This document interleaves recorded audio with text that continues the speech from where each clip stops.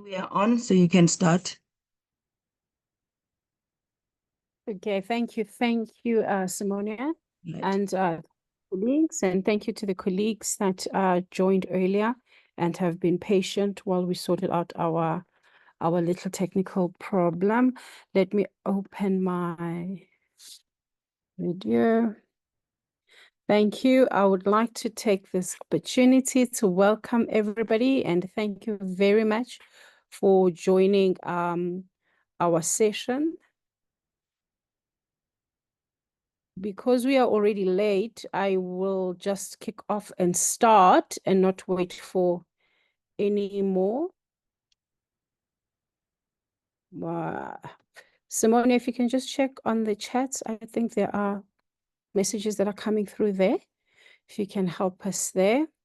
My name is Pinky Mgobozi. I am attending today in my capacity as a member of Call to Action and as the member of the advocacy group. With me in the panel, I have got Kayen, I've got Nontle, and I have Sibongile. Sibongile will probably be joining us a little later. I know she is traveling, but she is with us and she will be joining us shortly. And then we've got Ukwezi Lomso and Simonia as part of the team that is joining us and taking us through the session today.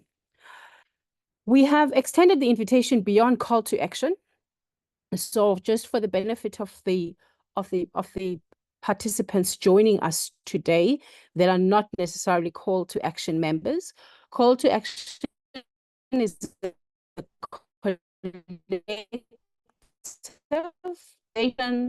and labor and other formations. Collectively, we're more than 80 organizations that are represented within, have been in this journey of working in setting the country free from gender-based violence for a while. We feel committed, we are very committed, and we feel as there's a need to consistently have these conversations, address matters that are coming, and this today is just one of it. When the NSP was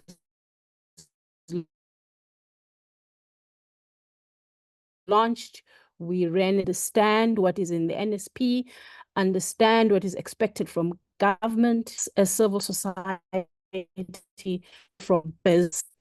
And we have seen a lot of activity.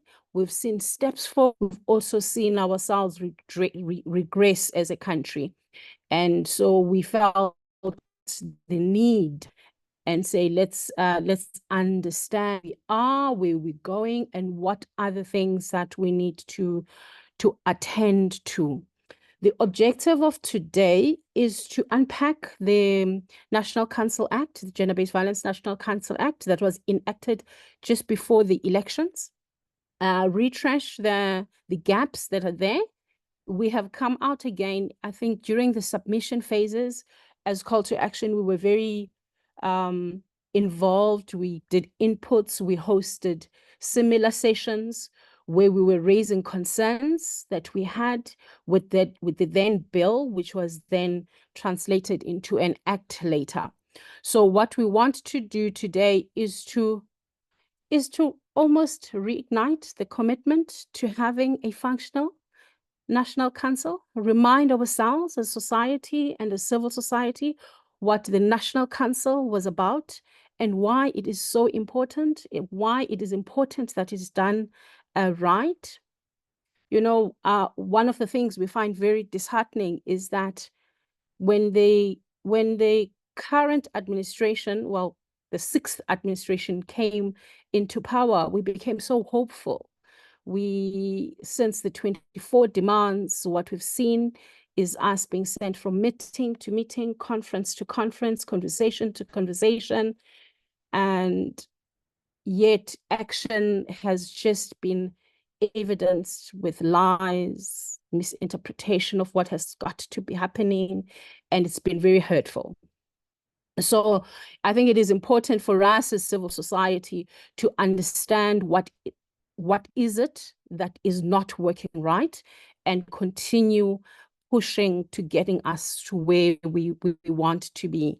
I mean, one of the things that just stick out in my head, I know my colleagues will go in detail about some of the concerns we have about the act, but what keeps me awake at night is really how government has just taken unilateral decisions, how they have just abandoned the principles of collaboration, which are very explicit from the declaration.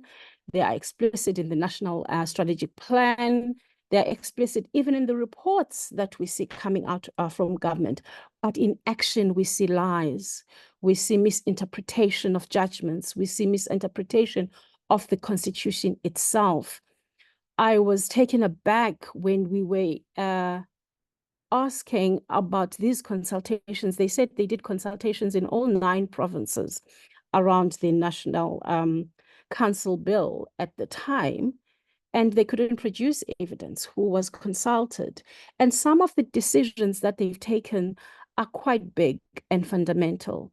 And the team will take us through those decisions, the decisions to change the power imbalances, because the National Council is not a replacement of intergovernmental relations. The National Council is a structure that must be legislated, that coordinates the work of government, civil society, and business, as well as stakeholders. The power balance of that council was set the way it was deliberately, with all the people that most are in this webinar today, who went through working sessions to decide how the National Council must be constituted, how the powers balances in the council should be set. But government has just decided they're changing that, and they present to Parliament that they did consultation on this matter. I would love to find an organization out there that says, yes, I was consulted about the change that has been implemented, that has been effected, on the structure and on the duties and everything else that has been changed in what we see as an act. As call to action, we would really like civil society to be deliberate about pushing back and pushing and advocating for the amendment of the current act. But what I will do now, let me invite Cayenne. Cayenne, are you ready? I am. Just give me a moment. I'd like to share my screen and the presentation. Yes, I will invite Cayenne, and Cayenne will talk us through some of the fundamental flaws that are in the act, and she will be followed by Unontle, and I'm hoping Sibongile will be available to just talk through what as call to action we propose as a way forward, and then we will open for questions and answers. Over to you, Cayenne. Thank you, Pinky. Can I just PowerPoint presentation? I can't see any thumbs up. You can't see anything. No. I can see it. I think that's cover slide. Yeah. That's our cover slide. Maybe if you move on to the next slide, we'll be able to confirm. Yes. Can you see? Yeah, we can see Cayenne. Okay, go ahead. Great. A very good afternoon and a warm welcome to everyone across the country. I'm seeing a lot of people in the chat saying they are joining from everywhere in South Africa. It's really heartwarming to see, as collectively civil society and as a movement, we're all invested in this process and finding ways to collectively to addressing the concern. So Pinky has already introduced what call to action, who we are, presentation, which is outlining what the National Council on Gender-Based Violence and Femicide Act says. And then I'm going to hand over to Nontle to do a comparison to what the issues are that we would like to highlight. So to kick us off, let's start off with a little bit of background. I know we're very familiar with this, but for those that aren't, Of course, in 2018, through the total shutdown movement, there was the 24 demands that were presented to our president. And as part of the 24 demands, we had said we want a national summit on GBV, and the presidency must lead on this. So that happened in November 2018. And following that, we received a declaration coming out of that summit in which it made a number of commitments. One aspect was, of course, the commitment to develop a national strategic plan on gender-based violence and femicide.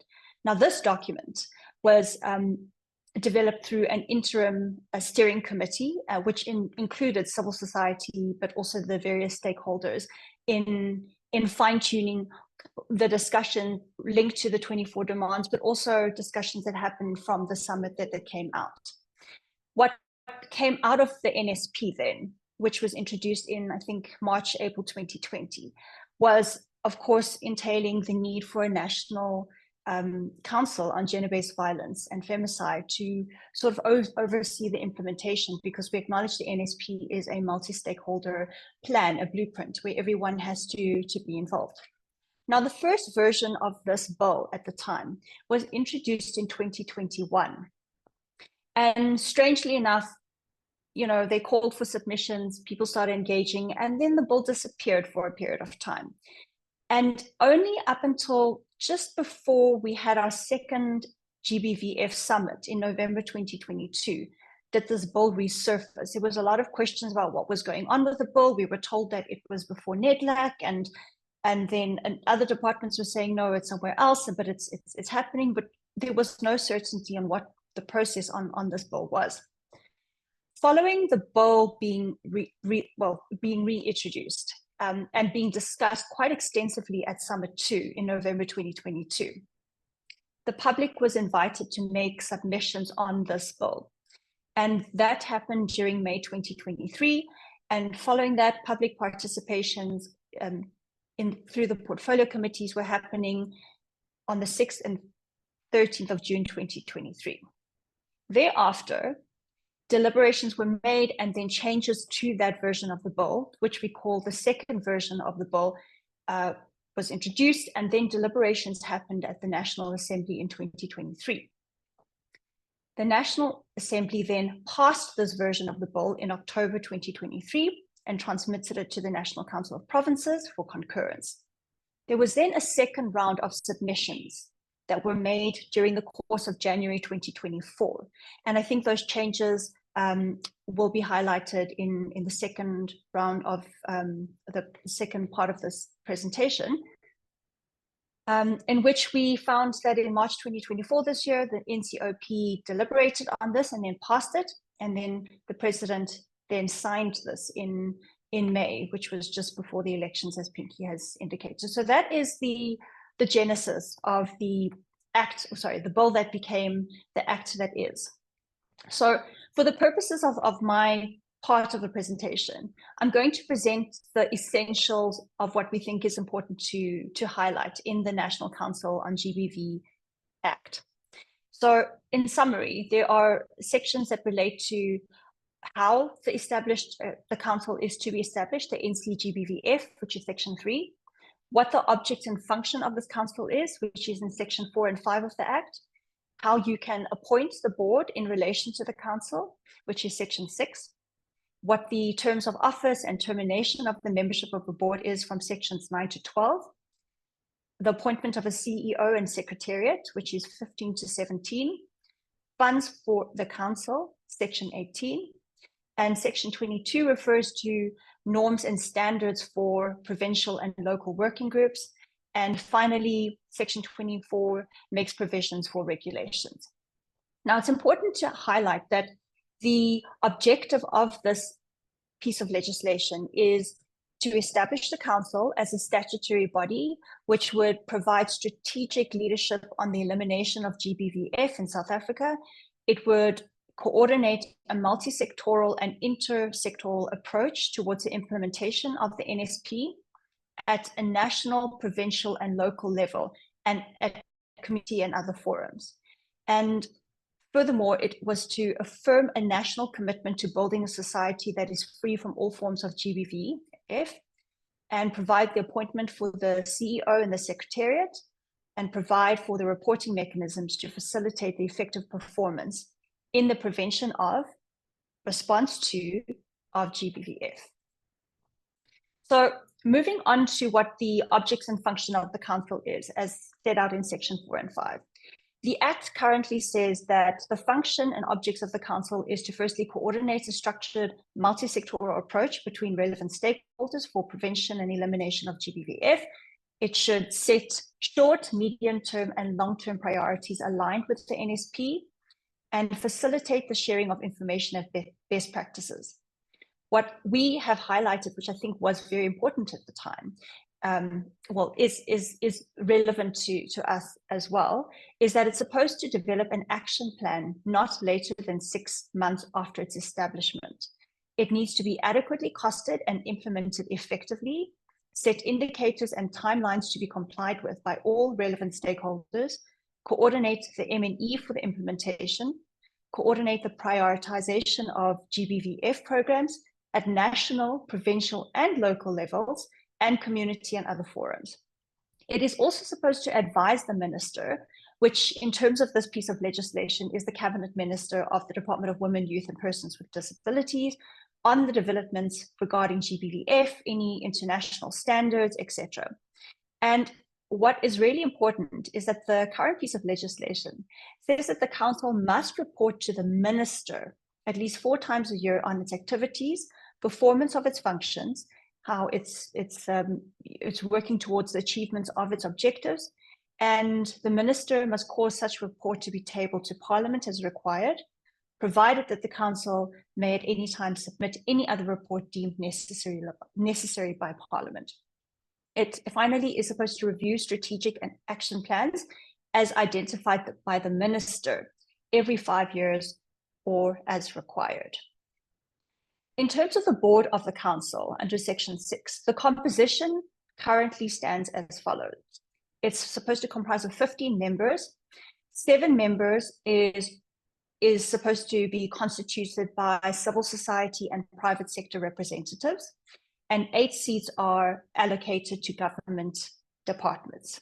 The government departments would be Department of Women, DSD, DOH, COCTA, SAPS, DBE, the NPA, and the CEO would have an ex officio role. And it's important to note that the civil society and private sector members, so the 7 seats of the Council, of the board, would be firstly appointed by the President, but it states in the piece of legislation that the appointment is from a list of persons recommended by the National Assembly by way of a resolution with a supporting vote of a majority of the members of the Assembly. So that's how the civil society, private sector reps will be appointed. It further states that the appointments must reflect the demographics and geographical spread of South Africa, and the President will have the role to designate who the chair and deputy chair is. The board would then monitor the implementation of the action plan of the Council and exercise general control over the Council's powers and the execution of the Council's functions. It also further states that the minister can co-opt members, but these members would not be in these roles for more than a period of 6 months, and they would have no voting rights. And people that can be excluded from consideration would include anyone convicted of a GBVF-related offence, a criminal offence where they have been sentenced without an option of a fine, if you've been declared insolvent, if you have a financial interest in the Council, or if you have some unsound mind or declared unsound mind related to the functioning of this. So this is not a full and exhaustive list. So if you want more details about who can be excluded, you can just refer to section 7 of the Act. It also states that in terms of section 8, you must declare any interest within 10 days of a nomination or appointment as a board of the Council. In terms of your office or reimbursement, removal and suspension, it says that a term is 3 years. So you would serve for 3 years and you as a member of the board, but you would be eligible for reappointment for only 1 additional term. In terms of resignations, you can do so within 1 month's written notice to the President, or written notice to the cabinet minister, who would then have to inform the president.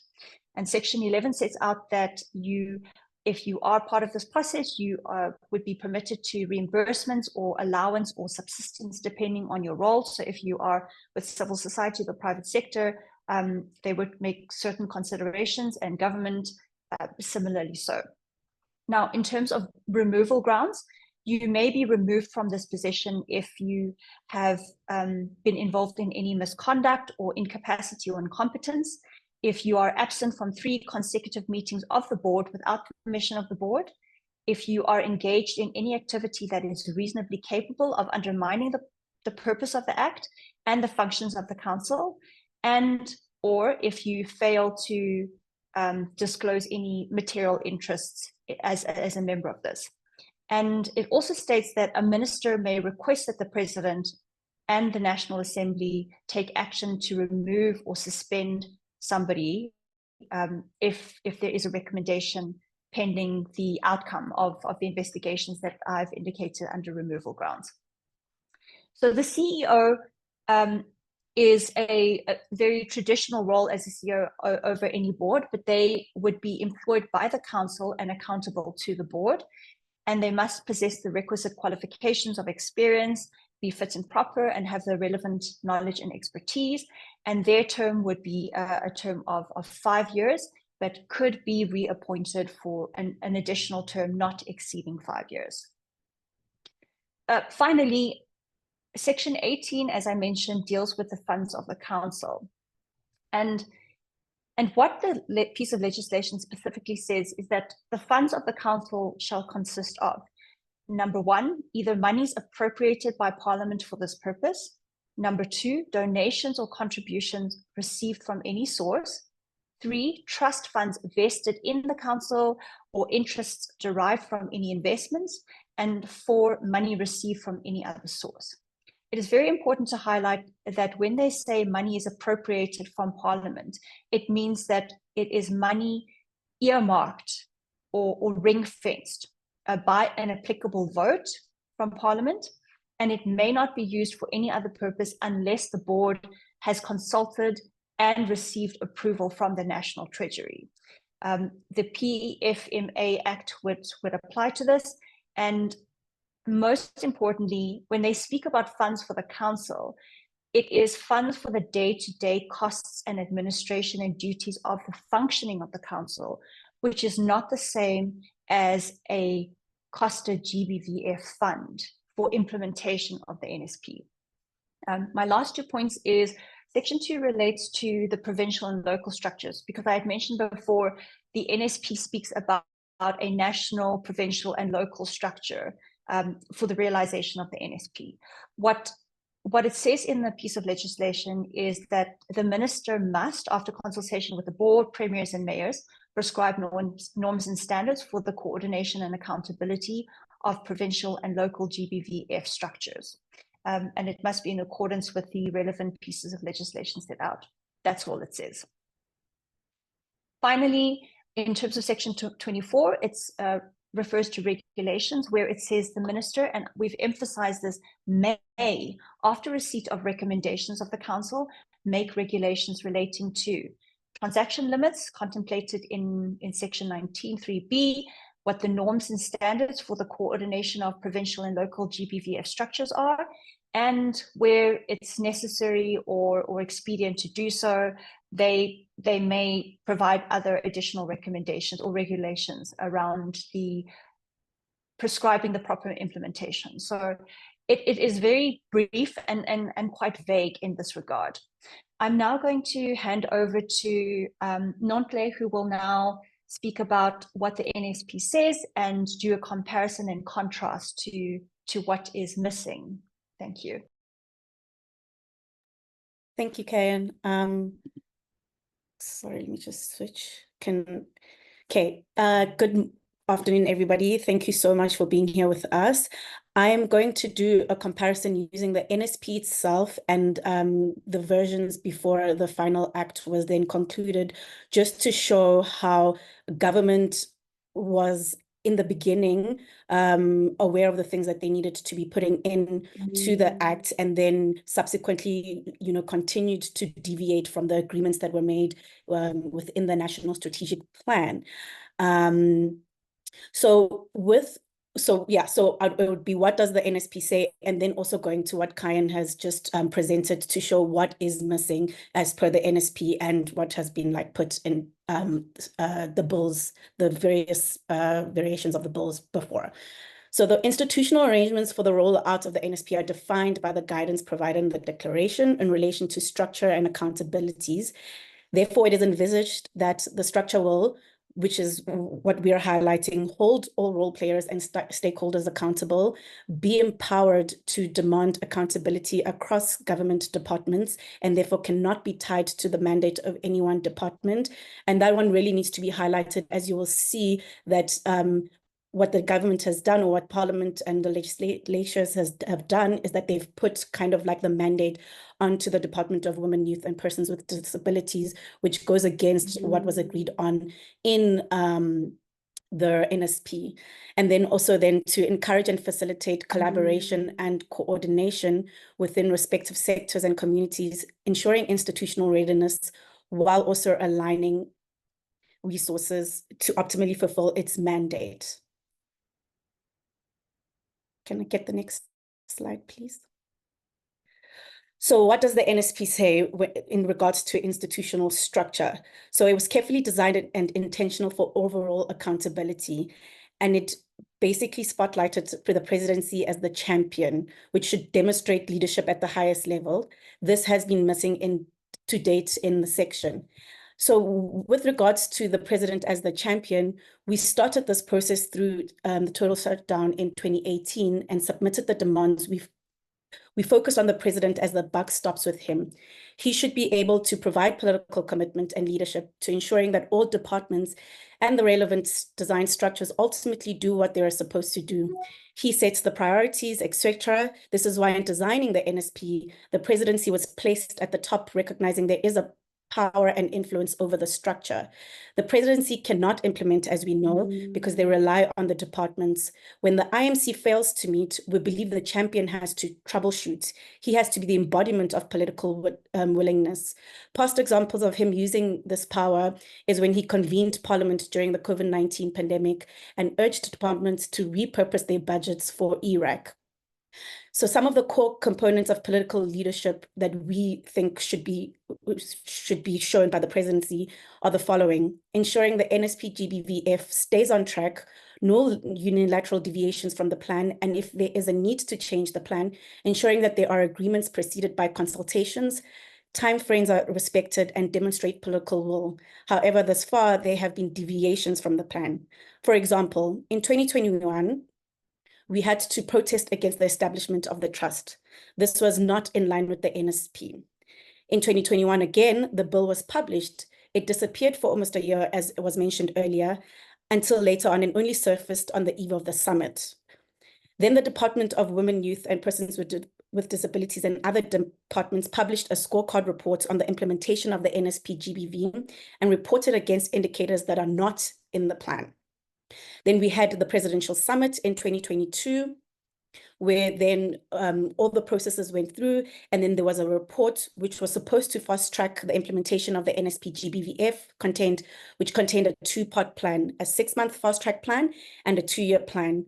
Although the report was launched, it was only launched in May 2024 of this year, with no implementation done on the 2 plans. So none of the things that were under the 6-month fast track plan were done, and nothing obviously had been started in the 2-year plan. The agreements from the summit, including amendments to the bill, were neither implemented nor prioritized, and the legislation has removed most of the safeguards that were asked for and contained in various drafts of the legislation. Political leadership, the presidency, will work to resolve these challenges instead of acting like its hands are tied and cannot interfere with the work of the departments. Then with the Board of Council, as you saw earlier when Kyan was presenting, in the board, they had changed the number from 13 to 50 members of the Board of Council, and then obviously 7 would be then civil society organizations, and then 8 would be government. However, in the NSP, it was a maximum of 13 persons, which constituted of 6 representatives from relevant government departments at a ministerial level, and then 7 representatives from civil society that would be appointed through a process of public nomination and not through a resolution taken by members of parliament in the National Assembly. The public nomination process will be overseen by the presidency through the Ministry of Women, Youth, Persons and with Disabilities, supported by a technical team of no more than 5 persons. Specific criteria are defined in the overall terms of references for the structure, which can be found in page 59 of the NSP. Again, the first version of the GBV Council Bill had clause 6, which reflected what was in the NSP GBVF.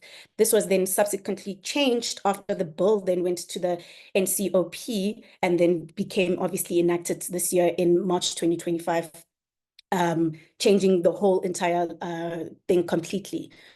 When we asked in March now 24 in deliberations, responses to these changes provided were that the Portfolio Committee increased the number of government department by including the Department of Basic Education and the National Prosecuting Authority. As a result, the number of government departments from 6 to 8. The reason to increase the number was to respond to the public comments that the DBE and the NPA need to form part of the council. In addition, the PC indicated that the funds of the council consist of monies appropriated by Parliament. Therefore, civil society organizations could not form the majority of the council. This is the argument for why they had to then change the constitution of the Board of Council. However, we indicated a preference for people to be representatives of civil society so that they are accountable to a constituency.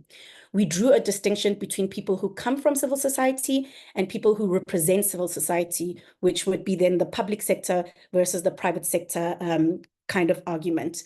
Something similar to the JSC model. This is to avoid political deployment and political interference, which we had been highlighting, not just Call to Action, but I'm sure other civil society organizations, that it was important to ensure that if the National Council was to be established, that it would be free from, political deployment and political interference so that it could be able to do what it is mandated to do. And examples of past incidences that we know of are the NYDA, CGE, and other institutions. The NSP lists 4 stakeholders, namely government, civil society, the corporate and private sector, and development partners. The current bill has amalgamated the private sector and civil society into 7 members without guidance of a minimum number of each to protect interest of each group. There is no reference to the development partner at all. It is important and necessary to expand the council to specifically include all stakeholders because they have been included and identified in the NSP GBV. And they, private sector and development partner, also provide funding to the NSP GBV currently, which is the GBV Response Fund that is doing the work in the interim while we establish the fund, which was supposed to be established within the National Council on GBVF Act. It is important that they are able to maintain oversight as a vested partner with resources invested. So then the Interministerial Committee, which has also been excluded completely from the current act, was meant to be there to play a key facilitation and political liaison role in the GBVF processes, ensure that government provides the needed financial support, spending approvals and policy inputs to the NCGBVF, oversees the implementation of the GBVF programs and activities, ensures that the NCGBVF has the requisite operating environment to perform functions free of manipulation and undue influence. In the earliest version of the bill, again, the IMC was referenced under clause 5, J and K. Under clause J, it said, in consultation with the minister, report on the progress of the implementation of the National Strategic Plan to the Interministerial Committee on GBVF and all relevant stakeholders, and support the Interministerial Committee on Gender-Based Violence and Femicide on matters that relate to gender-based violence and femicide, including during parliamentary oversight meetings on GBVF. This was removed in the next version of the bill without any explanation, when when they were showing the cancellation of the clauses, it just merely said clause rejected and then no reasons, and then they just replaced whatever the rejected clause was with a new draft of clause 5, resulting in the complete deletion of the IMC. Direct reporting from the council is now made to the minister, despite page 62 of the NSP, which says that the Department of Women will play a key role in overseeing the overall implementation with ultimate accountability to the NCGBVF. Now, when it comes to the interministerial committee, the reason why it was included in the NSP was because it was intended to play an oversight role, which has now obviously been completely removed and falls under the Department of Women, Youth and Persons with Disabilities.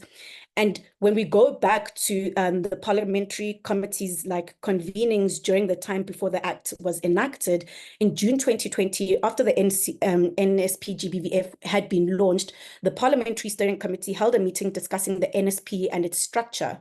The question was posed on how the Department of Women, Youth and Persons with Disabilities could be playing both a coordinating and an oversight role in terms of the NSP, which was obviously a necessary question to ask, because obviously the NSP had imagined them to be a coordinating body and only to oversee that the implementation of the NSP is occurring, but not to actually play an overall oversight role.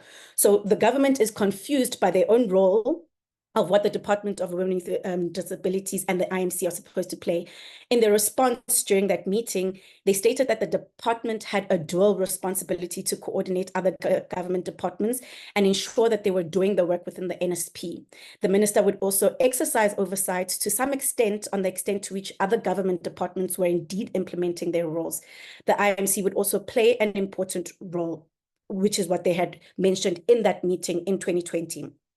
Indeed, this is a dual role. However, one is particular. The Department of Women plays a particular role as per the NSP-GBVF, and then a role as per the Department of Women, Youth and Persons with Disabilities, with whatever governmental mandate that they had to play. And so it seemed what was happening was that they were conflating the two roles, as if the NSP then makes up everything that the Department of Women does, when it does not. The NSP is a living strategic document that has to be abided to in the way in which it says it needs to be implemented. And then the Department of Women has its own role that they need to do in order to meet whatever governmental targets that have been put through. So the removal of the IMC, even with the problems that had maybe occurred previously with the IMC, does not make sense, because we still need that oversight body that cannot be held by the Department of Women, Youth and Persons with Disability.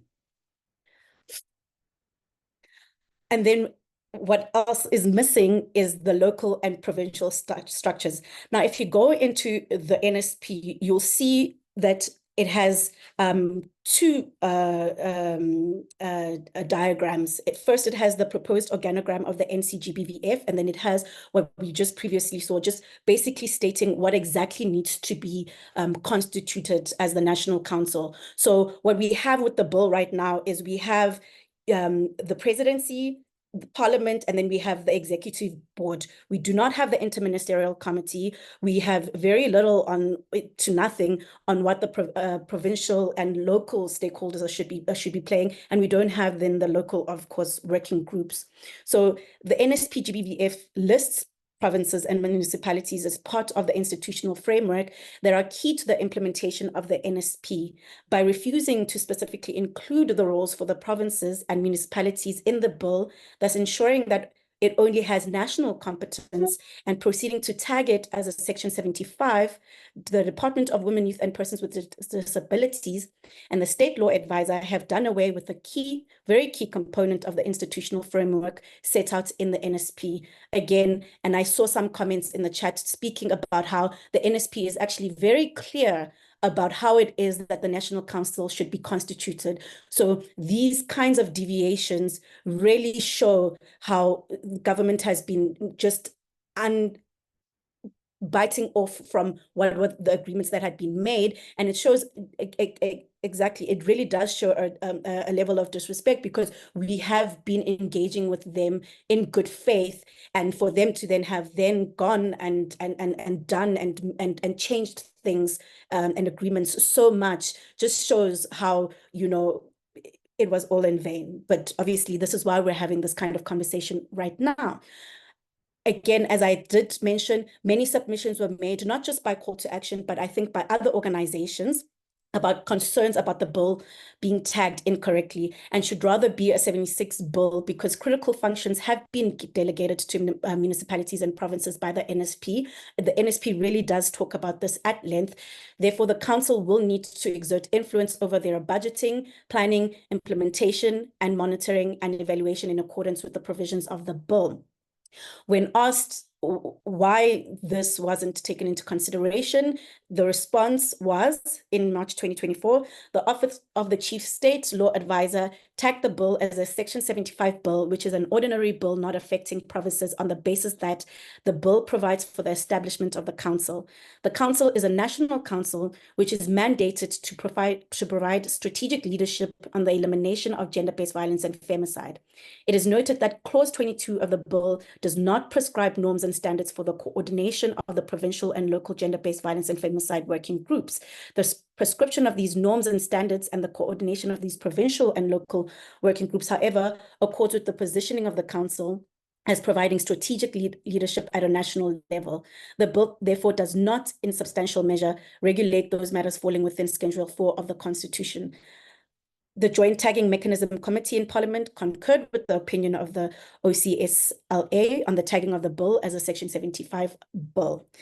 However, the NCGBVF structure will be replicated at provincial level, championed by the Premier, and at a district level and local level by the Mayor, as demonstrated in Figure 8. Figure 8 is what we're showing you, which is the proposed organogram of the NCGBVF.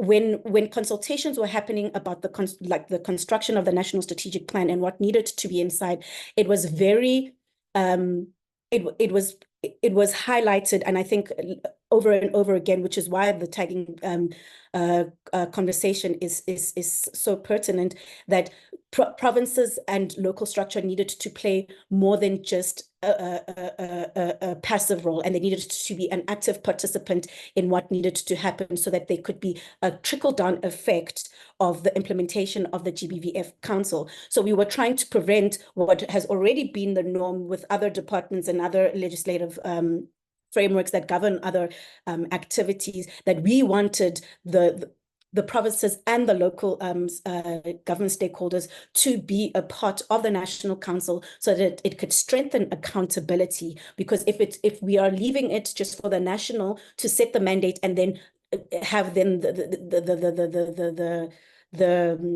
the local and provincial government be briefed by the ministers, then we don't have an access to strengthen that accountability mechanism, because then we just have the national coordinating body that's working, or national, which then does what it normally does, which is speak back to provincial and local.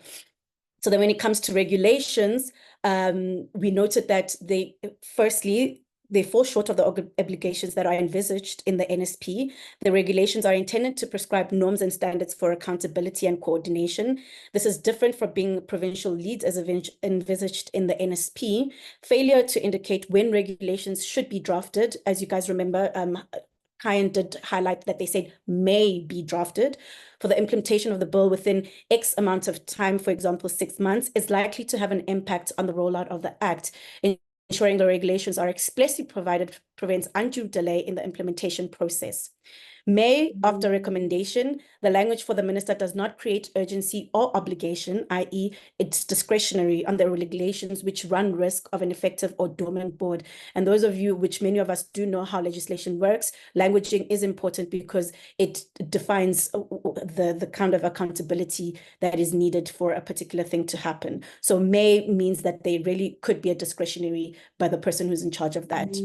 Linked to local and provincial structures, failing to include the provincial and local structures in the legislation limits their ability greatly and powers to effectively implement and embed the NSP. This is vastly different to receiving norms and standards for coordination for GBVF structures by the minister.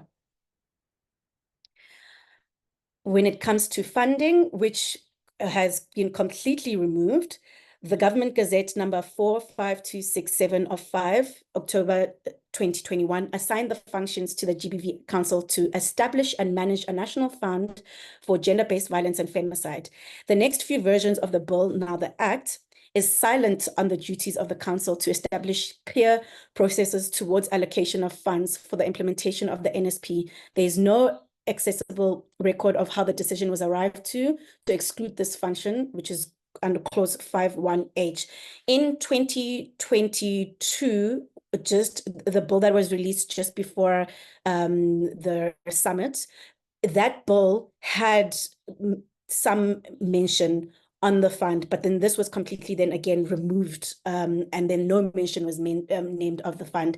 And so when we then tried to, as CTA, submitted our submission, we asked the initial draft bill had a clause on the establishment of the GBVF fund. However, upon consultation with the National Treasury, the department was advised to remove the clause on the basis that establishing a fund is different from establishing a council and requires its own legislation, e.g. the Pension Fund Act. CTA views this as problematic, as this was set out in the NSP GBVF and the Summit 2 recommendations and priorities. It stated that legislation for the National Council for GBVF that ensures that the government departments are resourced to respond to GBVF, and the funding is ring-fenced and creates a GBV fund as prescribed in the GBVF. So if those of you who attended the Summit delegations might remember, there were literally clinics and various sessions that were held on particular things that needed to be fast-tracked, and the fund was one of them. And when in those conversations, government was very clear about the agreement that the fund would be constituted within the National Council bill. So them moving against that definitely undercuts what was agreed upon up until after the Summit 2 event. Placing the onus to establish a national GBV fund and to manage it was deliberated extensively through both summits, as I've just mentioned, by the government, CSO development partners, and the private sector. It is our understanding that the NCGBVF can and should take ownership to ensure that GBV fund is established as soon as possible. This does not preclude the legislation process for the fund itself, as these are two separate processes. So in conclusion, the NC-GBV Act leaves deep gaps in what was discussed and developed in the NSP, GBVF, and Summit priorities and commitments. Concerns that setting up of the council and removing the oversight and other parts of the institutional framework will leave it ineffectual and render hard-fought battles as a movement void and redundant. Thank you. Thank you for listening to this presentation. I'm going to hand over back to Pinky, who would then probably also introduce Sibongile Ndasho. Then we'll go into Q&A and discuss some of the issues that Ken and I did raise in this presentation. Thank you so much. Thank you, Nonhle. Thank you, Nonhle. And thank you, colleagues. I'm seeing that questions are starting to come through in the chat. We would encourage you to use the Q&A button, but we will also go through and track what is coming through in the chat and consolidate and hopefully respond to all the questions that we are able to respond to without any further delay. Sibongile, please, can I hand over to you so that we allow enough time to engage with the Q&A? Thank you.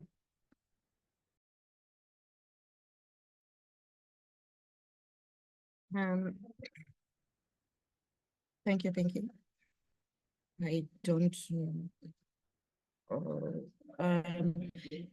there's feedback from my side. I am in transit. I don't know if you can hear me very well. We can hear you, Sibongile. So, if you can. Yeah, we can hear you. May I please have the presentation project? Simonia, if you could please assist with that.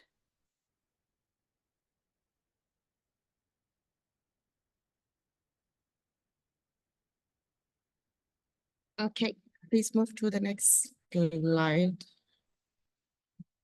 Okay. Good afternoon, everyone. My role is a very limited one. I am coming to really make a series of asks to civil society formations. While Call to Action has convened this first meeting, our intention is not to be the leaders of this campaign. We are here to ask that you join us in this campaign, having heard what the deficiencies of this legislation is. We do know that most of our civil society partners celebrated and congratulated the work that was done in passing this legislation. We hope you are able to understand how defective it is, and that by pushing through, we will not be able to get the institutional framework that is required for the response. Most of us have witnessed what happened to the national gender machinery in the country from the time of the beginning of the Commission for Gender Equality and other structures that have been put in place to respond. This is not limited to the gender machinery. As we heard during the Zondo Commission, the way in which it has become so easy to infiltrate these kind of statutory bodies to the point of dysfunction was laid bare to the country. When we started with the 24 demands and asked for a responsive institutional framework, we were trying to say that we need to change all of those things around accountability, oversight, how people are elected into these bodies. And that's what we asked for. We do not have that. And that's what we are asking you to join. My colleagues have said a lot about the substance of the bill. I am going to touch on a few things. When we went to the second presidential summit, there were recommendations from the Pillar 1 Clinic. And that was recognizing that there were already deficiencies in the bill that had been published on the eve of the summit. There were two big things that we asked for. That one, let us constitute a group that will develop the fund. And what this group will do, it will engage Treasury, the private sector, civil society, feminist funds, and other people who can help us think through what the fund should look like, what will be the basis of contributing to the fund, the institutional framework that will govern the fund, recognizing that with the development partners and also the private sector, there was this trust deficit. So we wanted to have government contribute, because we believe that a state-led fund is the way to go. With all the contributions that we are getting from these other sectors, it is government that will enable us to respond at the scale that we need to respond. We are aware that there is a private sector-led fund that was passed, but that has always been understood to be a temporary mechanism while we are waiting for this fund that was mandated by the National Strategic Plan. We do not have that fund. It's not in the legislation. If this legislation is allowed to stand as it is, then we are left in limbo. Call to Action started doing this work on what this fund could look like, and that work is continuing. The second thing that we agreed to was that we would also constitute a group to look at cooperative governance, the last issue that Nontle was referring to around the issue of provincial and municipal engagement, so that the structure does not only remain at national level. We know that Chapter 3 of the Constitution deals with this issue of cooperative governance, and we thought it would be important to engage COGTA and other people who are able to help us really think about how this can be institutionalized, because we already have it in the organogram of the institutional framework that the National Strategic Plan put there. The other ask that we made was that the Department of Women, Youth and Persons with Disabilities must recall the bill to enable these changes to be affected. So we left the summit feeling hopeful that this is what was going to happen to fix this legislation, because we believe that there was an agreement, that there is an understanding that this legislation cannot go in this way. May I have the next slide, please? What can I do? Okay. So these were the things. No. Please, may I have the slide?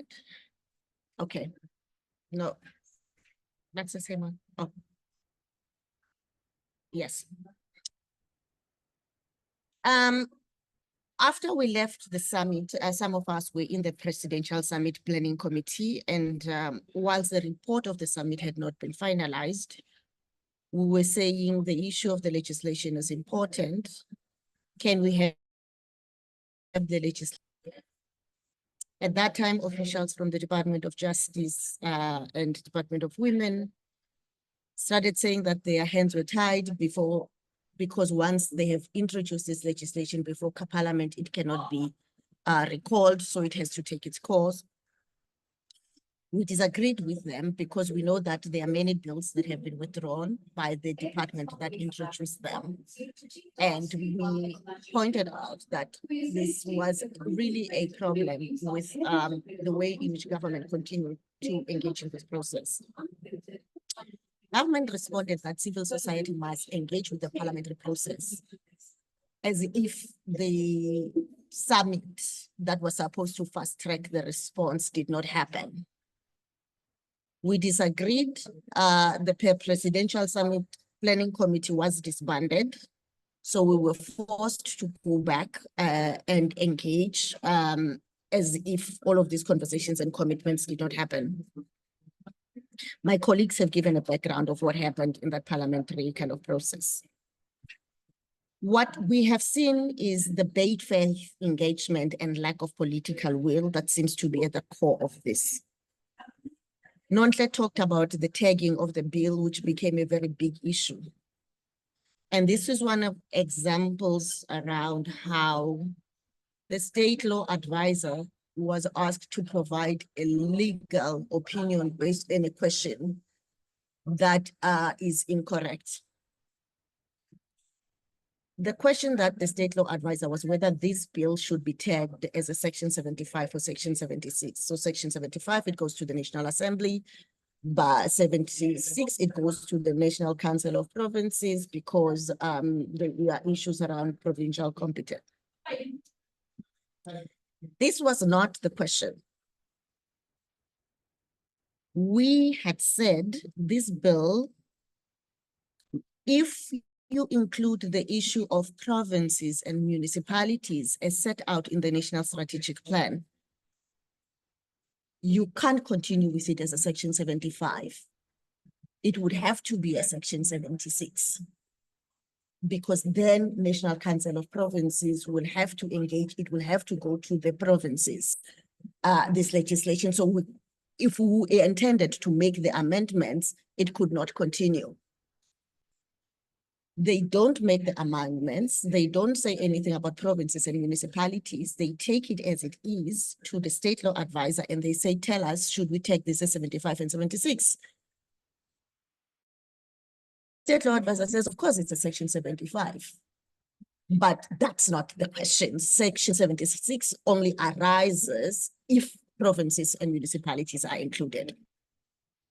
I'm making this example to show the bad faith that they will actually go to the state law advisor and ask a question that makes it seem like we do not know what we are talking about. Next slide, please.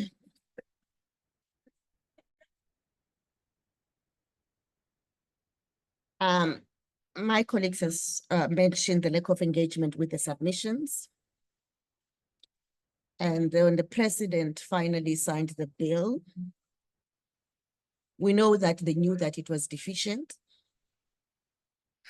And the argument kept on being that they did not know what will happen after the election, that the government may come back, and so they would rather pass it as it is, and then we will then have to deal with it later.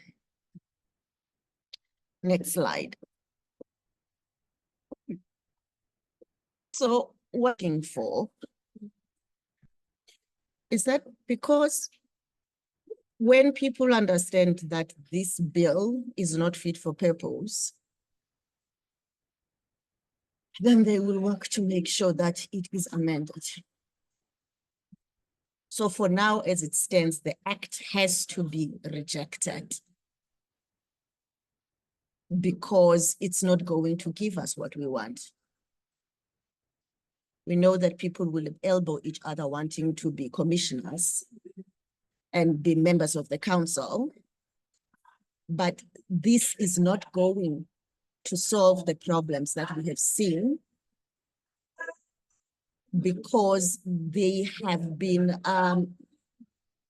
there for a very long time, and that's why the oversight mechanism that's in the National Strategic Plan is key to this response. This plan came into effect in 2020. We know that the Interministerial Committee does not meet. The Department of Women does not have the power or the gravitas to marshal them. The presidency is not doing this. We have been asking for minutes of the Interministerial Committee, and we've never seen them. And that's why we think it is important to put all of these things in the legislation so that we can hold them to account. We do know that one of the ideas is that they will go out there and try and constitute the council. We are asking you not to agree to be in this council. What we are asking you to do is to engage government to amend the legislation. We need to have a conversation again with the presidency about his role in the National Strategic Plan, the Interministerial Committee, the two government departments that have been working on this legislation, and to go back to Parliament to understand what happened, because when we read the drafting notes, it does not make sense why they remove the provisions that they removed and actually engage with the submissions that way. We started this process around 2018, and the 24 demands was how we wanted to engage. We spent the sixth administration in various forms of consultations because we wanted to have accountability that is not always led by the courts. This has not been possible. So we are not going to court immediately because we want to get the results that we wanted from the courts.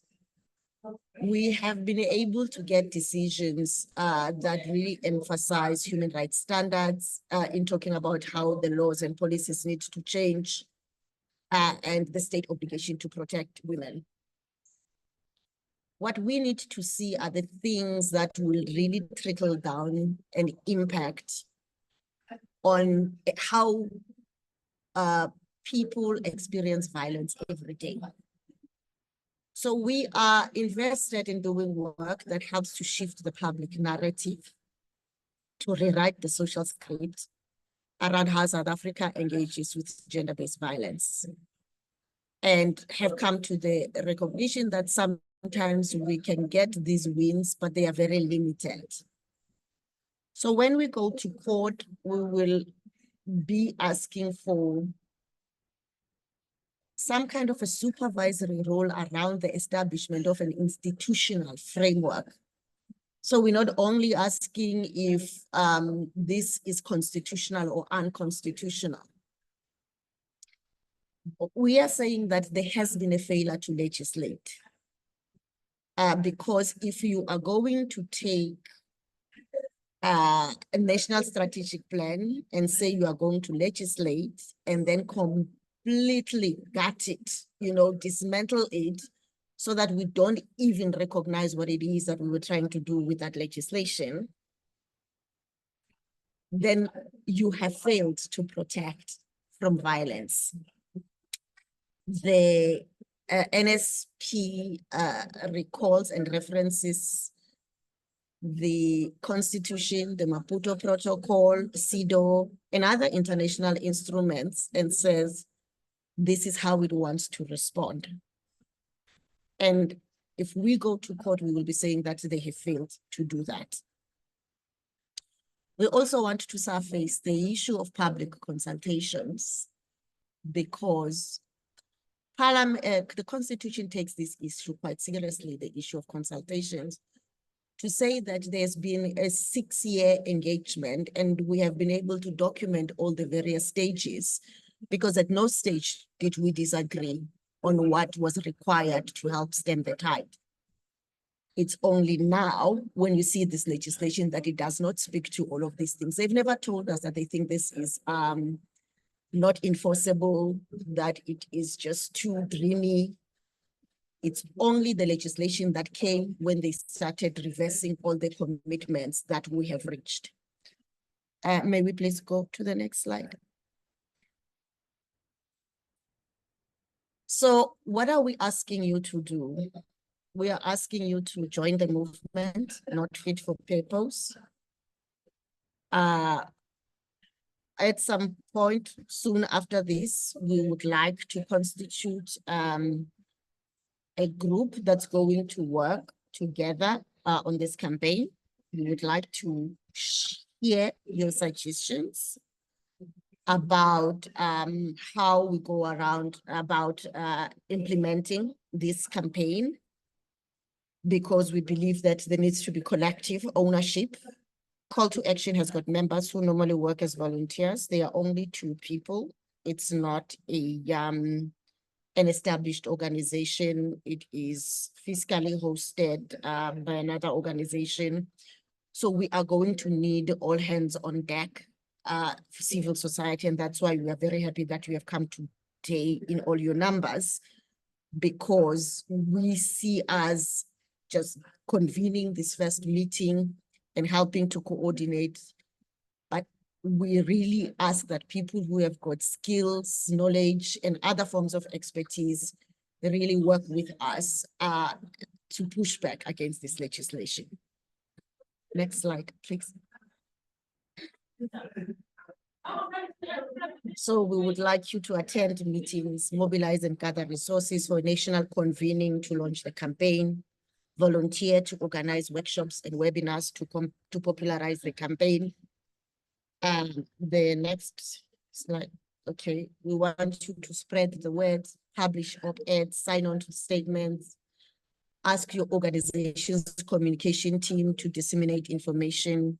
And finally, we are asking that you commit to work with us in ways which are healthier, gentler, and kinder, so that as we work to eradicate violence against women, we are also not subjected to violence. So I will stop there. Thank you very much. Thank you, Sibongile. Thank you, Sibongile. And it is so important that as we continue the journey in the movement that we are committed to, we exercise empathy and we do it in a gentleman way and we keep to the facts.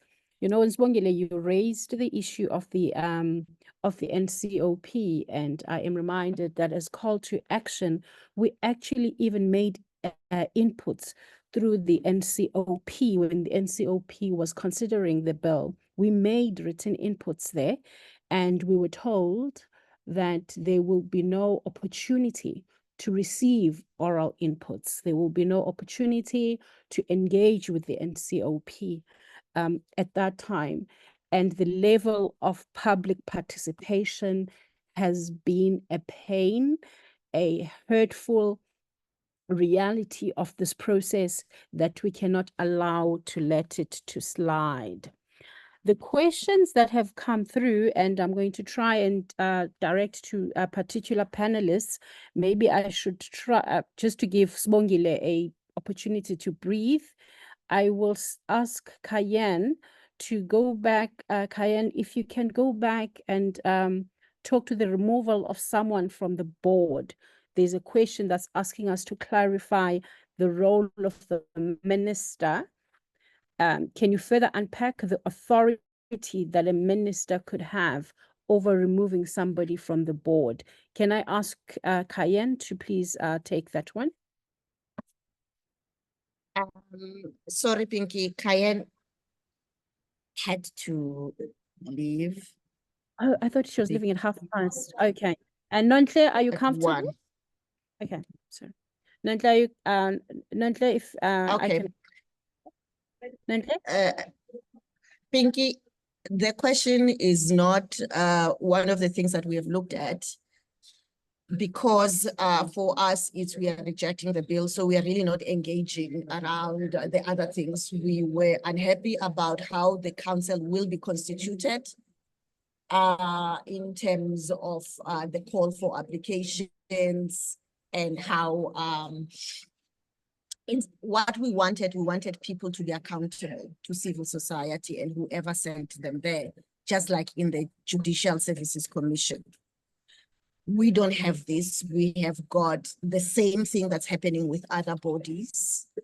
And so what was important for us, and when we had these conversations and our submissions, is that we want people to be vetted by civil society. We want people to be nominated by civil society so that they can go back and be accountable. We didn't want people who simply come from civil society to go and sit there and then represent themselves. So the short answer to the question is that we didn't engage with how people then get removed from this board, because we don't even want to go to this kind of council. So yeah, so we don't have it. Anyway, it's not part of the things we've looked at. Okay, thank you. Thank you, Sibongile. And then this one I was going to ask you to respond to. It's actually one is re-emphasizing, Sibongile, the risk that is associated with the National Assembly being involved in the decision of the CSO members and business representatives. So I think the comment there is really just re-emphasizing the inherent risks of that kind of managing the appointment of representation of representatives. And there's a question on who the development partners are. Who is development partner as understood in the NSP? These referred to the governments, so that we're giving money to government, like we know the EU contributes, and the Canadians, all of these kind of funders, and also the private foundations that are contributing to the response. So those are the development partners. Okay. I hope it is clearly and it's answered adequately. Look, there's maybe Sibongile, take us through again I know we've had this conversation a number of times around what the importance of the National Council, because we're still getting questions that are like, this is a replica of CGE, you know, even though we know it's not, and we know the problems that we've encountered with CGE and all the other entities, and how this legislated structure is supposed to be different and necessary. You know, can you use this time to please go back and reflect on that, please? Thanks, Pinky. One of the things that I'd say we realized coming into this meeting was that the information that we are presenting is quite dense. You know, it is a lot. But we thought it is important to just start the conversation by saying everything. And to the extent that people want us to continue having this conversation in order to explain things that are not there, we are here to have this conversation. I can see on the chat there are quite a number of things about where to find this. Everyone who has registered is going to get a copy of the presentation and also the links to the Facebook page where this is going to live, and also the YouTube link where this is also going to live. We are supposed to be live, I believe, on Facebook and on YouTube at this moment. So this is a beginning of a conversation. We are going to continue this conversation. The council and CGE or any other kind of examples that are part of the National Gender Machinery. The council is specific to gender-based violence. And in the NSP, we agreed that there were going to be 6 things that are going to help us change our situation. And these are the 6 pillars. So it's important to have a secretariat that has got all of these reinforcement. And that's why we reject any attempt to basically make it a hollow structure, like how other structures in the past, have been. So the big thing to remember is that this is a specific response to gender-based violence. That's what this council is supposed to be for. It's a secretariat that helps to coordinate all of these other structures that are responding. But it is supposed to provide leadership on these 6 things, which is accountability, leadership and coordination, prevention, the criminal justice system, the healthcare and support, the research component, and the economic empowerment. These are the 6 pillars of the National Strategic Plan. And so what is important, this is a targeted intervention on gender-based violence. So we do not have anything like it. And that's why we think it is important to have a council that is constituted in this way.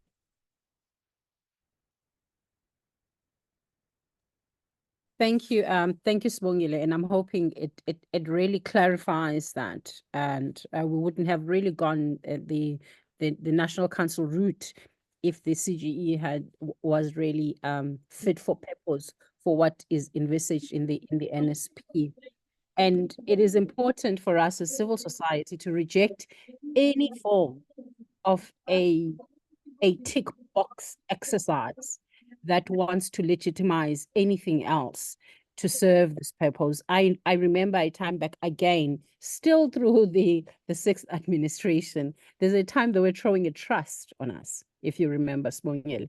And this trust was supposed to be replacing or standing in instead of the National Council. There's a time where the informal collaboration platforms that exists, where we looked at as a possible replacement for the National Council. It is up to us as civil society to engage, to push back and secure the National Council that can deliver accountability, that is transparent, that is not going to be open to any political manipulation, non-partisan, that's going to serve the intended purpose. With those words, I would like to thank you and just open the last opportunity to my panelists if there's any more last thing that you would like to reflect on. And I want to also confirm that the recording is going to be available. All the registered email addresses are going to be getting the presentations. They're going to be getting the recording of the session, and further ask people that are in the different provinces, have groups, share this information, host your own sessions. KwaZulu-Natal, Cookie, let's get more people around the table, get people to understand what is the problem with the Act. Western Cape, Eastern Cape, Limpopo, Northwest, all province understand the facts so that it is not a pushback that is just based on emotion and sentiment. It is really that we need a fit for purpose National Council on Gender-Based Violence. Nonhle, do you have anything to add before we close? Thank you, Pinky. I just wanted to say there was a question in the Q&A where Seema asked, national and province operate very autonomous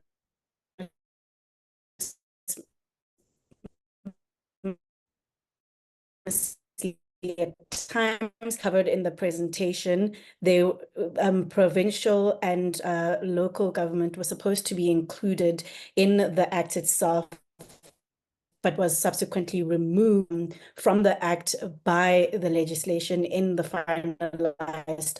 They have removed the safeguard that we were basically putting in because we do recognize, operate very autonomously, and in order for them, because much of the work happens in those two levels, much of the implementation work per se happens in those two levels, we needed them to be accountable so that we understand and know that they're implementing what is said in the strategic plan. So their removal completely from the NCGBVF was not agreed upon in the NSP. So that's why we highlighted it as an issue that needed to be included in the NCGBVF. But other than that, I just want to say thank you for everybody's participation. People can obviously continue to ask questions on our social media platforms if they have any more questions and need answers for. And let's keep the engagement going so that it doesn't just die down here with this webinar. We really want to make sure that government understands that as civil society, we're not going to take these deviations lightly. We're not going to accept these deviations because as civil society, since 2018, we really have been meeting government halfway and have been participating in good faith and have been following processes that have been stringent at times and frustrating, but we have gone through those processes, understanding how government operates, and they have not shown the same good faith back to civil society, and it's obviously very clear in the act itself, and in the and with the huge gaps that are in the act. So let's continue the conversation. Let's offer our expertise to this situation so that the momentum and opportunity for us to continuously hold them accountable, because we all know that GBVF continues to be a huge issue in this country, and we're not going to go far if we don't deal with some of the hurdles that are in our way. So thank you to everybody for attending, and please do continue to engage. That's it from me. Thank you, Pinky.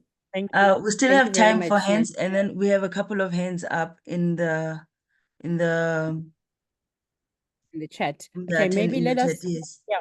So I'll just open that and then we can do that. Just to answer you, Gugi, has the status quo changed from the 49% government to 51% CSO? Gugi, that is one of the problems that are key with what we are raising and why we should reject the status. As Mongile presented earlier, and my other colleagues, government has taken a decision on their own and they've made the change. They are now, the CSO is actually less than 40, 48, 47. It's somewhere there. I had done the maths. I don't have it in front of me. Excuse me. Simonia, will you help us with opening the hands? Yes, I can. Let us go to Mavis. Mavis, you are unmuted. If you can just unmute your speaker, we can hear you. Mavis Dlamini. Did you say I'm muted? No, you're not anymore. Or do I? We can hear I'm you. not anymore. Oh, Yes. okay. Good afternoon, everyone. Thank you so much for this presentation. My question is actually based. This is actually betting this a pushback on against this national betting council as it stands. I want to know, is there a time in this process of which is actually beginning now? Do we have or an action plan to say, with the time frame, to say this is what we're going to be doing?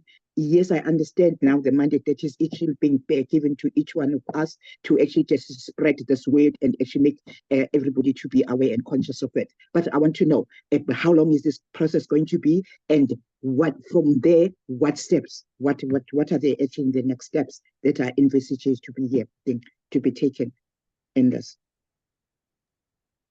Thank you. Maybe we can take a next hand, Simonia, and then we will respond after that. Nomvuyo, I'm not sure because your hand has been up for a while. You are online and can unmute yourself.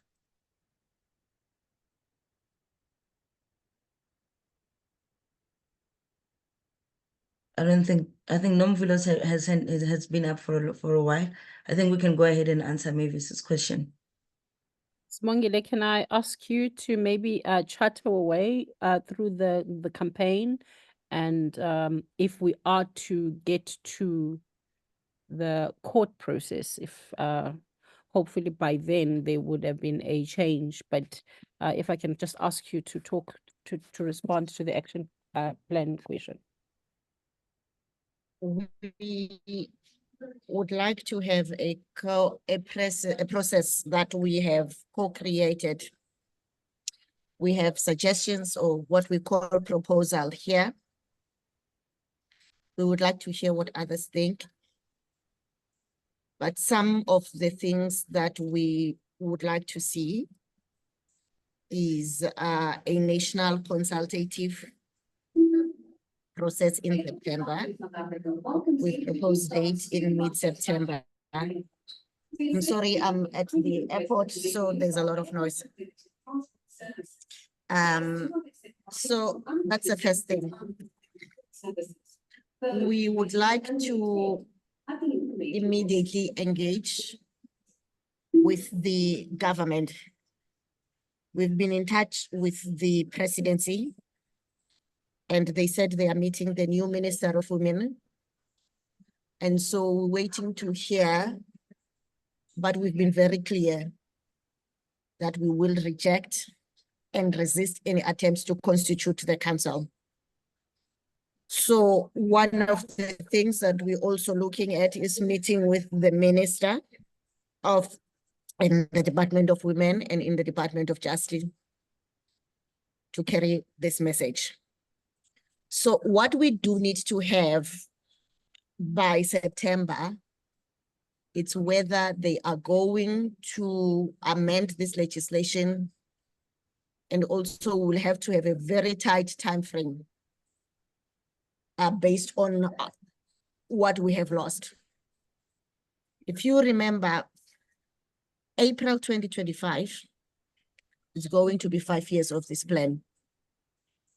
And if you look at the indicators on the plan, supposed to have a midterm review. And most of the indicators have not been made because of all of these deviations. So September, we meet, we agree on the strategy. We spend a lot of time mobilizing between now and September. I think, Simonia, you can come with the proposed dates. And then the next thing will be, we are going to give government about 1 month to tell us what they want to. And in November, if we do not hear anything at the beginning of the 16 days of activism, we are launching the court case if they are not taking us seriously. Mavis, does that answer your question?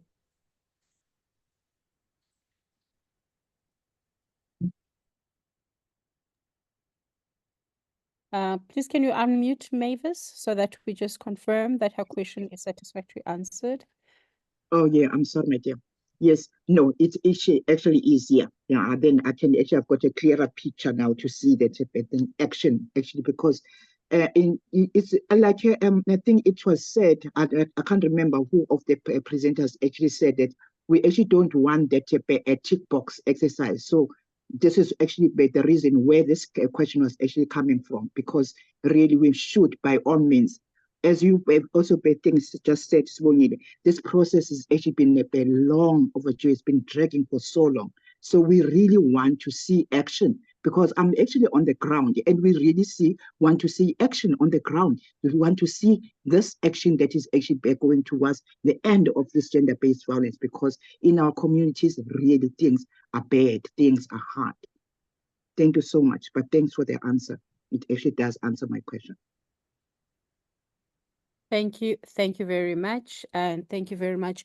I'm not ignoring and not noting all the other questions that we are seeing.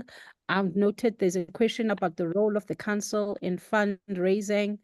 I think please engage with the presentation. Please engage with the current bill to see what functions it has.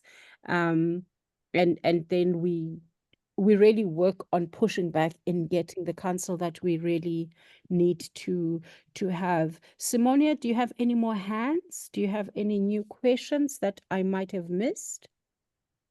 We don't have any more hands. But there was a question that I saw Nontle responding to from Arlene. Nontle, I can't see the question. Can you just maybe say what that question was? And okay, Arlene was asking, does the National Assembly decide who is on the National Council? okay, I just saw the response. So we don't have any more hands. Don't have any more new hands. Alan, are you adequately answered by Unontle? Because I see she responded. The current the NSP, as we all worked on it, is the civil society should be nominating the people, you know, that are supposed to be in the council. So the current act, as it is written, does not. It has deviated to everything that we had agreed, and we need to push back and ensure that we get what we wanted. You know, would it be possible to give training to rural women on the current bill? As call to action, we stretch and we are available as a resource. We will share all the possible things that we have. Dina, sorry if I've mispronounced that, but we would also like to call on you to volunteer and join the movement so that we get all women to understand, regardless of where they come from. I come from a rural area, and regardless of where they are, it affects all of us. And we really want to intensify the engagements during September, as Sibongile said, but we won't be able to do it just as call to action. And we are inviting everybody to join the movement and to actually, you know, conduct those trainings. Sibongile, please can I hand over to you again? We are not asserting copyright on the presentation. Please use it, adapt it. If you have to use your company logos, whatever you need to do to get the message out there, please do it. So everything that we develop, it's open source. At some point, it just needs to be acknowledged where it comes from, because we need to respond to donors. So we announce a training of the trainers, but we would like to have more people who feel comfortable going out. So we started conversation with Masimanyane in the Eastern Cape. And to help us organize that side. So please volunteer, tell us where you are so that we know how we can collaborate. We are stretched We really want to ensure that this It happens. message actually gets out. So however you can help us do this, we are here. Mm. Mm.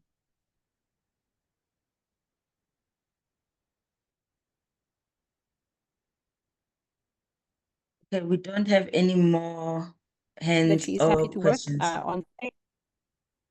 Okay. Thank you, Gail. And we invite other people. Please do send us the emails. Please do communicate with us. As Nontle is saying, let us not lose momentum. Let us really use September to make sure that we get as many people to understand the facts and behind us.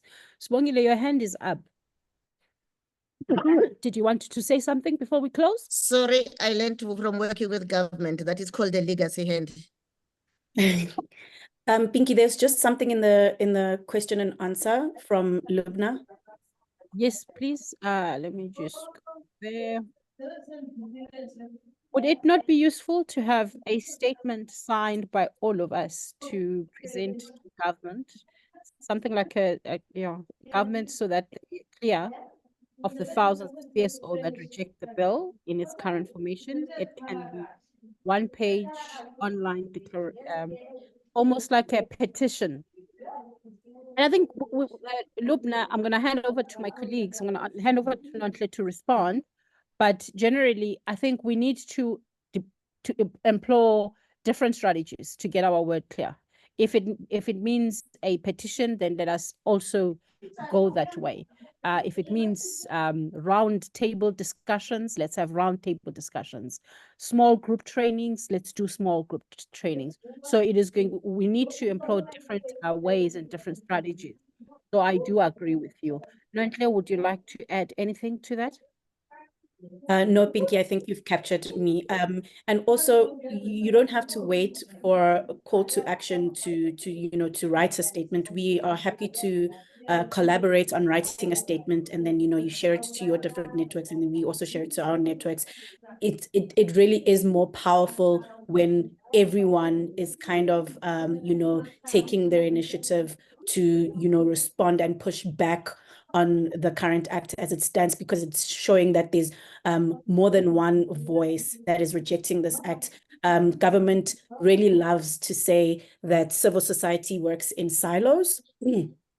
And so when there are more people doing the same thing, it shows that we actually can, unite as civil society in order to push back on something that does not benefit us at all and was not in agreement. So as Pinky said, definitely let's write a statement, let it be signed by as many civil society organizations as possible, so that we can also submit this to the state, so that they do understand that it's civil society in bulk, in numbers, that is rejecting the bill, and not just call to action, and that there are various people who are taking a lead, which is to say all of us are taking a lead on pushing back against this act.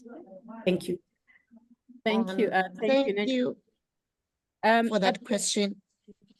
We actually have a draft statement that is one of the documents that are sitting there because we didn't have capacity. Lubna, I don't want to put you on the spot, but would you be happy to look at it and kind of help us finalize it as a statement? But we do have a draft. It's just the capacity on our end that it has not gone out. We did issue. We did share on email, but I think the proposal is actually great, that we also share it with Lubna and other organizations, and get more input to getting it out there in sharing it. Simonia, you can confirm, right, that it was sent out? Yes, it did go out on MailChimp. Simonia? Yes, the statement did go out via MailChimp. Sorry, but are we... Lubna, can you respond to Sibongile?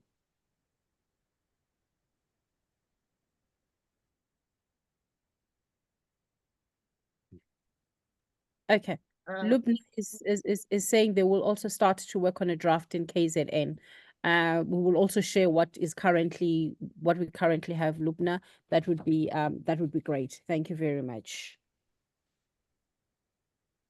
Yeah, a statement has gone out, but I think what was being suggested is something different, which is about collecting signatures as a campaign, you know. So that's not what we have done. And I think this is just about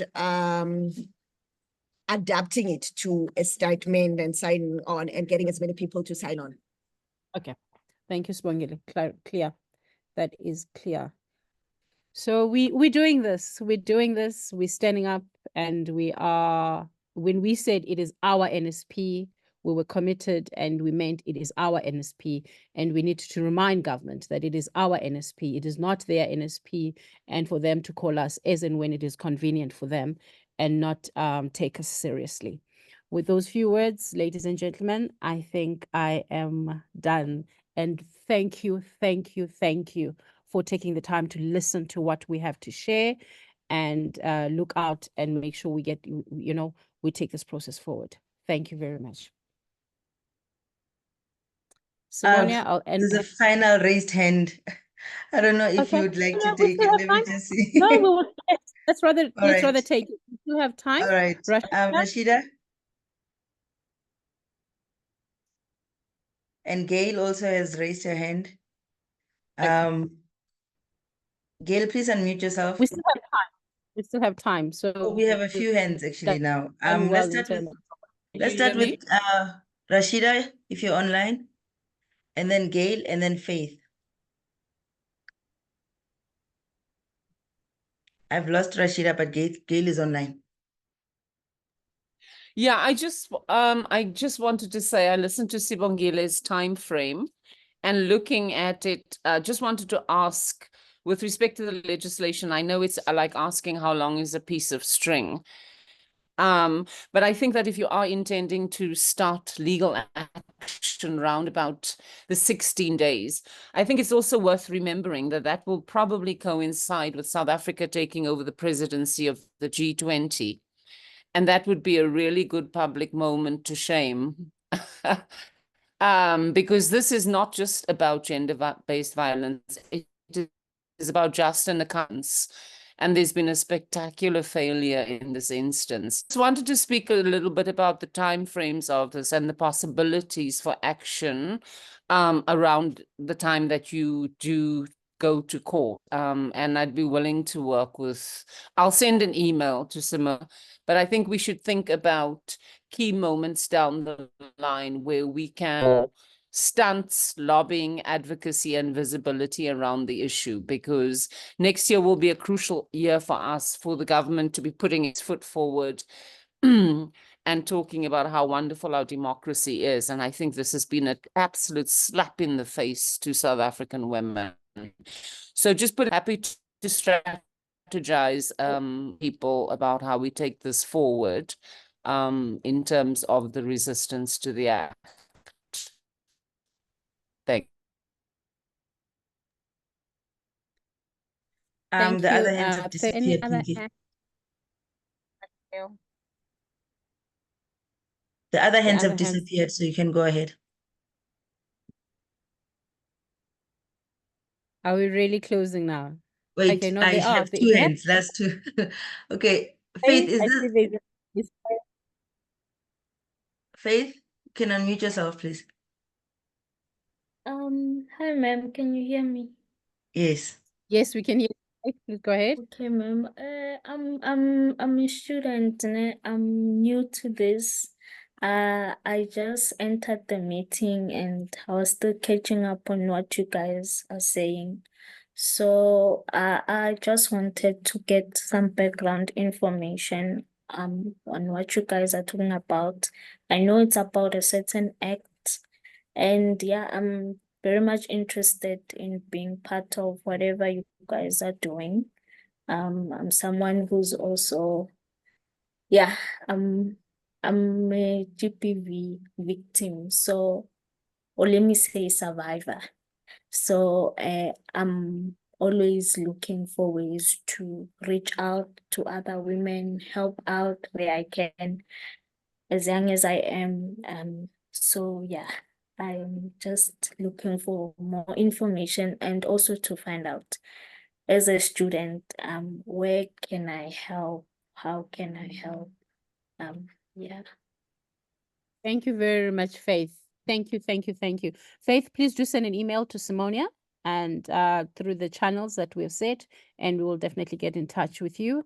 And I'm sure you will find an important resources that can support you to spread and get young people to understand what is happening around them and what they can do to take action. Hands keep coming and then going. Not sure Disappearing. if I don't want us to rush to closure without giving fair opportunity to people that wanted to make inputs. We want to make sure that everybody that wants to make input has had the opportunity to do that. I think they've all disappeared. I think everybody's all the hands have gone now, and no one has got more to say, but everyone has got work to do. One attendee raised their hand. It keeps coming up and disappearing, and I'm not sure. Yes.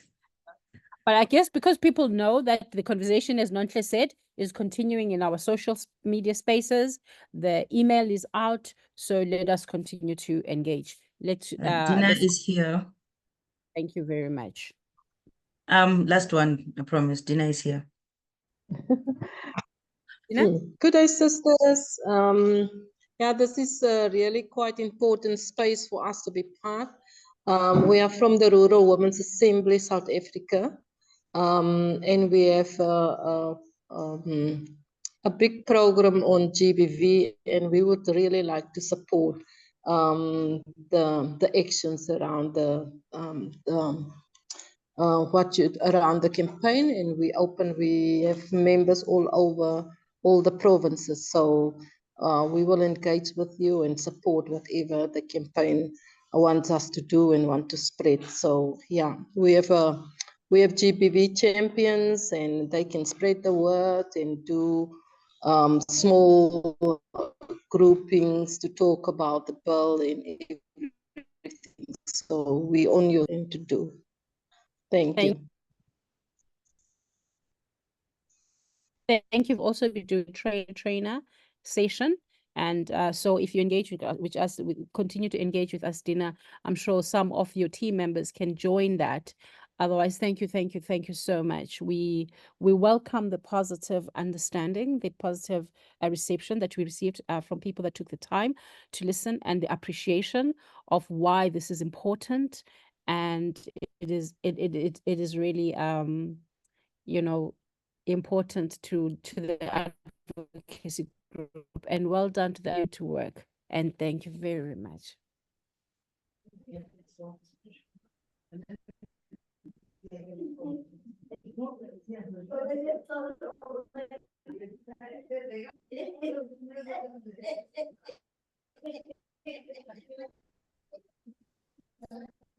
Thank you. Thank you so much, Pinky, for sharing. Bye. Thank you, See you everybody, on- for attending. My email address is in the chat to those that still need to access it. And we'll see you at the next one. Thank you so much.